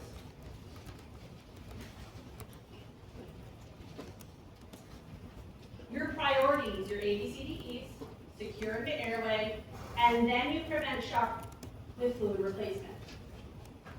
Right? So airway breathing first, yeah, and then fluid, yeah, yeah.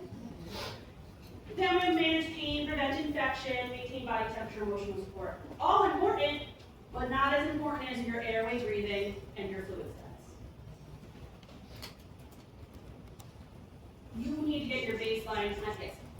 Very off topic, so that presentation before this, I'm asking before I forget it, is that going to be examined? I thought about it going. I really just want her to come in because I thought it would be helpful right before you guys graduate, but I thought it would be me to put on the exam. So. You need to get your baseline height, weight, ABGs, H&H, CMP, all that fun stuff. You want to get your baseline chest X-ray EKG in case things get worse. We know what we're working with at the time that they got in. Hopefully they get better, it will get worse. You need to monitor respiratory status very closely in that first 24 to 48 hours. Just because they're talking to you now doesn't mean they're not going to be talking to you in 2 minutes. Okay? Monitor for tachycardia, tachypnea. You want to know where their pulses are in case they end up losing their pulse. Compartment syndrome can happen with burns as fluid increases. Hypothermia can develop very quickly because again, we're losing our temperature regulation and we're vasodilated in those areas of hyperemia. And when we vasodilate and all that blood is to my surface, heat is lost. And of hypothermia, vasoconstriction, tissue hypoxia, right? Strict monitoring of eyes and nose, because we're going to be given lots of fluid in this stage. So they're going to need a Foley.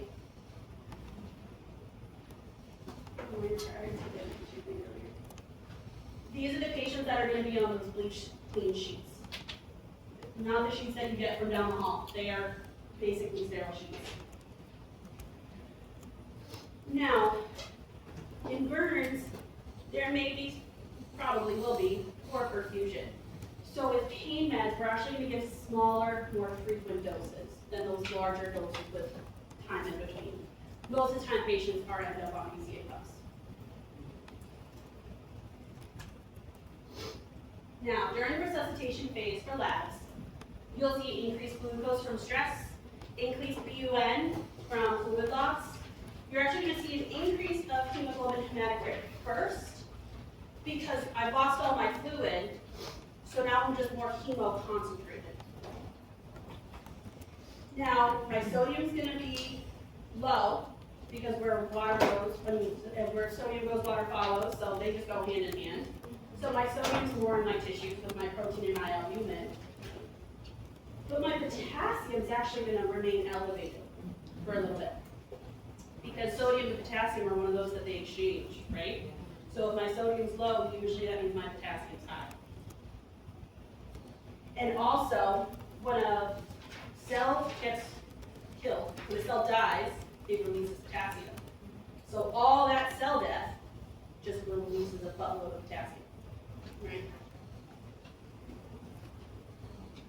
Chloride has to do with the fluid loss as well.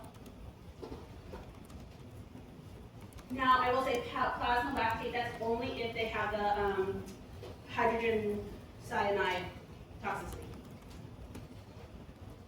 Now, ABGs may or may not show acidosis. More commonly they will. Depends on when you catch them. Is that when you have like increase of plasma lactate?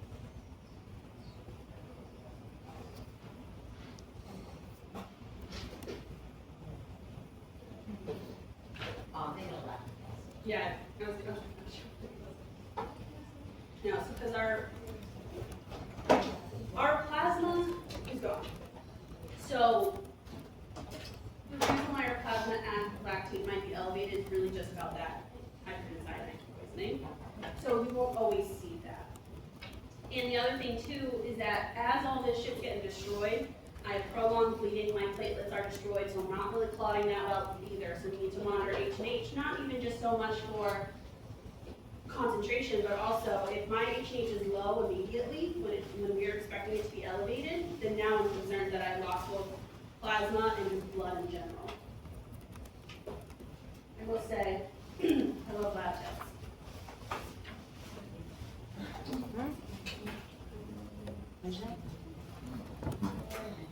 I think you passed your quota for exam questions. Wait, what's the lab test? What?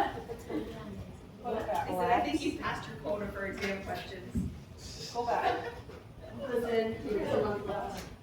I feel like I'm just ordering. Can you go back to the last page? Are we not, we're gonna have a staring contest here? I don't know if you're actually staring at me or if your glasses just made it look like it. My eyes are bad, even with glasses. I thought maybe it was your eyelashes, I don't know. But Oh, okay. I thought you were just admiring my makeup today. I also apologize, I've been up since like 4 o'clock because I couldn't sleep, so I'm hopped up on my pillow. And I exercised this morning, so I've got my blood on my pillow. Alright, fluid resuscitation. Alright, I love this one. I love this one too. Now, LR is my fluid of choice because it most closely resembles my plasma, my human plasma. You may see normal saline, but the one I really want is LR.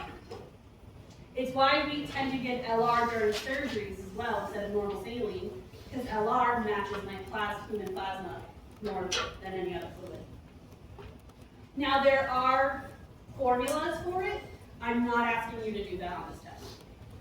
Move on, safe medication. Actually, I don't know if it is a safe medication. Maybe I'll look that up. So basically, if it's a thermal or chemical burns, it's 2 mLs per kilogram times the total body surface area. Only with a second degree burn or higher. If it's a first degree burn, we're not doing fluid resuscitation. Right? And then if it's an electrical burn, we're just going to do 4 mLs per kilogram times the percent of body surface area. We are only doing this once my respiratory needs are met. A, B, C. And then we also want to know, I also want to make sure that they're having adequate output. So it should be, if it's a thermochemical burn, 0.5 to 1 ml per kilogram per hour. Versus electrical burns, it's a little less strict, it's just 75 to 100 ml per hour. Yeah. So normally when we sit here, we usually say what, like 30 mils per an hour, whatever. But with burns, there is that gentle fluid balance that we need to maintain. Now, if you guys remember, so half of so once I calculate this is how much I need for a 24-hour period. We don't need to know there's 200. I divide that, let's say it's a liter, just to go back here. I give half of that in the first 8 hours, and then the other half over the next 16. Why? You don't want to blow it out.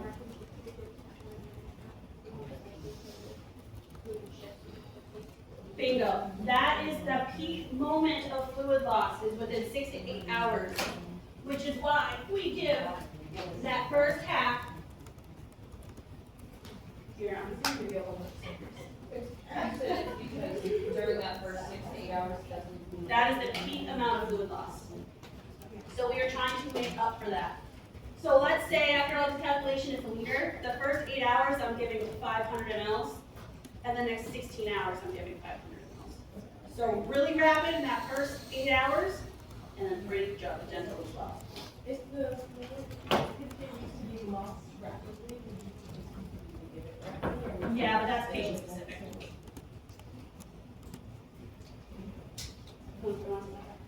If we give fluid too slow, we're going to go into burn shock. If we give it too fast, we're going to go into heart failure, right? So even though that's what our formula and whatever tells us to do, medicine loves to put people in boxes, but diseases and burns don't like to be in boxes. So just because this says to shove it in them in the first 8 hours, if they cannot handle it, yes, we will slow it down. Like elderly and young. How do you know vice versa? Does that make sense? So, burn shock, I'm gonna have a weak thready pulse, hypotension, like your normal signs of shock. Versus if I was overdoing it, I'm gonna have shortness of breath. The crackle is probably hypertension at that point. But at that point, when they go too far, they're showing symptoms to correct the fluid amount. At that point, I would, like, are you asking if you would give Lasix or something like that? Yes, but I know with the AKI, that would be tricky. Right, so at that point, I would say that the provider would just probably tell you to slow it down. Not turn it off completely, just slow it down. Because maybe their fluid loss was not as bad as we anticipated, so we can slow it down. Because it also depends on the severity of the burn, how much of the total body surface area, so that would be a provider call, right? Like you would say, hey, the fluid overloading, you want me to stop it, you want me to slow it down? He might say, no, keep going, right? It all depends on what you want, or whoever.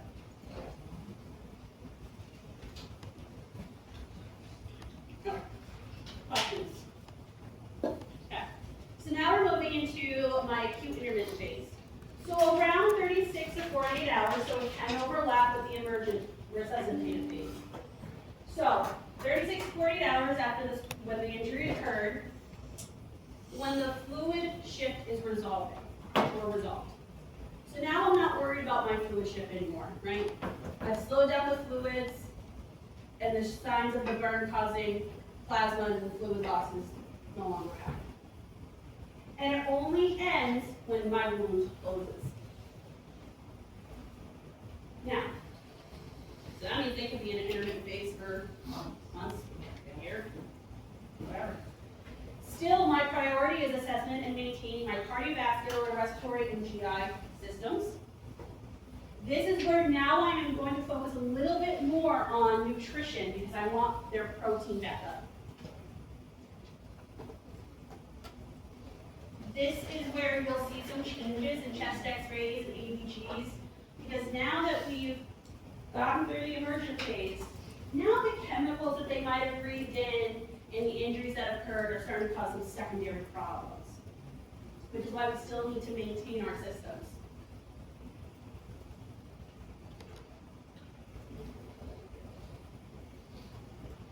Wound care, pain control, infection prevention, all that fun stuff. Capillaries now are starting to regain that permeability. Around 40 hours. So it's starting to hold onto fluid again. It's no longer going into my tissue. It doesn't mean my edema is resolved. It's not getting worse. You see that my blood pressure, my cardiac output's getting better. You have U1 creatinine is slowly getting better. But if my kidneys aren't improving, that's where you're going to see heart failure come into play.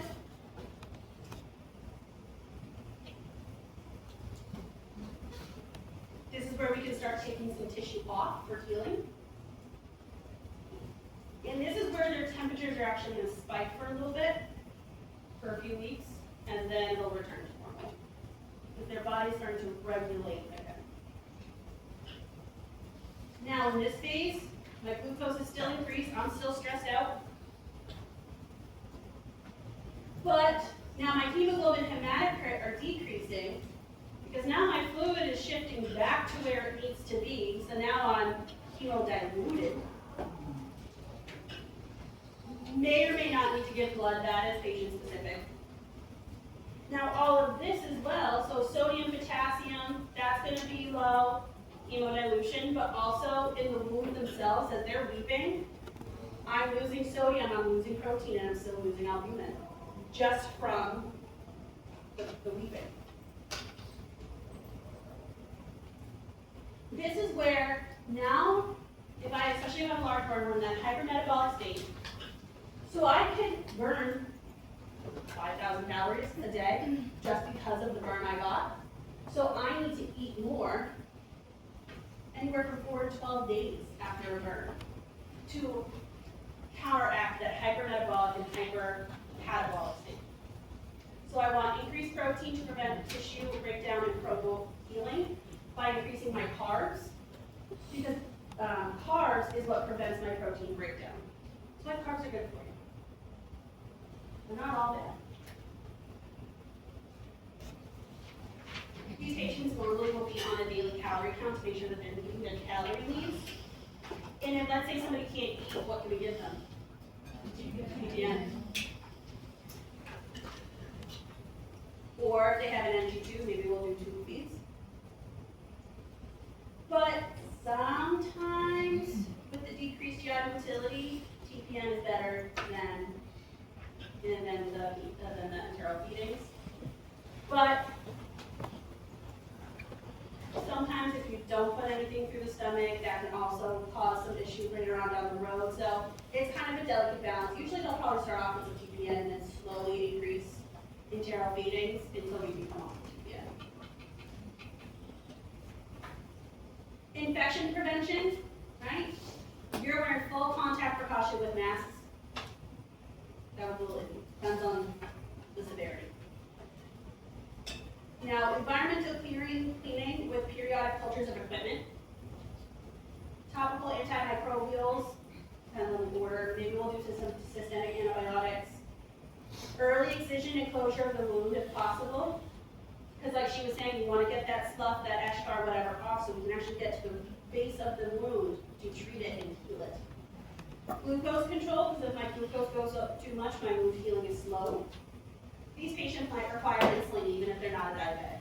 especially with all those calories that we're giving them. Usually these patients are in their own, well, not usually, they are. They're in their own isolation room. They can't have flowers, they can't have plants. Can't have any fresh fruit baskets. Now, wound cleansing, the goal is to remove any non-viable tissue and exudate, removing any previously applied topicals so that the new ones can get down in deep. Sometimes we can do gentle cleansing with mild soap and water and a washcloth. If, let's say it was a guy that was really hairy, we'll clip the hair, not shave it, because shaving can cause infection. And then we reapply the topical into an individual need. Sometimes it can be a bed bath. It can be a shower if the patient can do it. Or they're like the bed carts where you can lay on it and has all the holes in it, and then you just kind of rinse them off. If the patient can participate, even if it's just blotting their face, let them do it. Because they lost all of their autonomy during this, give them as much back as they can. Now, assessing the wound is just like assessing any other wound, right? Odor, drainage, sloughing, eschar, whatever. I'm not asking you about any specific treatments, because there's just way too many to do. Silver nitrate. So bacteriostatic, usually against staph and Pseudomonas. It doesn't penetrate eschar, and it reduces fluid evaporation, so it helps with the thermal regulation. Is that Silvadine? No, Silvadine is the sulfur. Yes, Silvadine is a sulfur one? I think so. That's the only one I've ever used. yeah. I don't think about people that have sulfur allergies. Yeah, it's usually like on a stick, and you just kind of like roll it on. Yeah. So, yeah. Now, we can also do, that's Tracy, which you told me not to do. Gentamicin. Now, mannitol. What do you guys remember about mannitol? Right, it's increased ICP, right? What it also can do is restore renal blood flow. It helps heal your renal tubules, especially after an electrical burn. It restores renal blood flow, or I shouldn't say restore, but it helps increase renal blood flow, and it helps restore your renal tubules.